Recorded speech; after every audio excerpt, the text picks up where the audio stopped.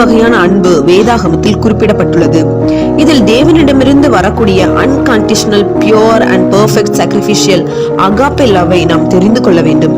எப்படி தேவன் நம்மிடம் அகாப்பை அன்பை வெளிப்படுத்துகிறாரோ அதே போல நாமும் உண்மையான மாசற்ற அன்பினை வெளிப்படுத்த வேண்டும். அது எப்படி வெளிப்படுத்த முடியும்?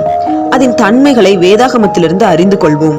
1 கொரிந்தியர் 13ஆம் அதிகாரத்தில் 4-7 வரை வாசிக்கும் பொழுது, அன்பு நீடிய சாந்தம் உள்ளது, அன்பு தயவுள்ளது, அன்பு பொறாமை இராது, அன்பு தன்னை புகழாது, அன்பு இருமாப்பாய் இராது, அன்பு அயோக்கியமானதை செய்யாது, அன்பு தற்பொழிவை நாடாது, அன்பு சினமடையாது, அன்பு தீங்கு நினையாது, அன்பு அநியாயத்தில் சந்தோஷப்படாமல் சத்தியத்தில் சந்தோஷப்படும், அன்பு சகலத்தையும் தாங்கும், விசுவாசிக்கும், நம்பும், சகிக்கும், அன்பு ஒரு காலும் ஒழியாது. சோ நாம் எந்த வகையான அன்பினை பின்பற்றுகிறோம்? நம்மிடம் இப்படிப்பட்ட குணநலன்கள் உள்ளதா என்பதை சற்று சிந்திப்போம். God bless you.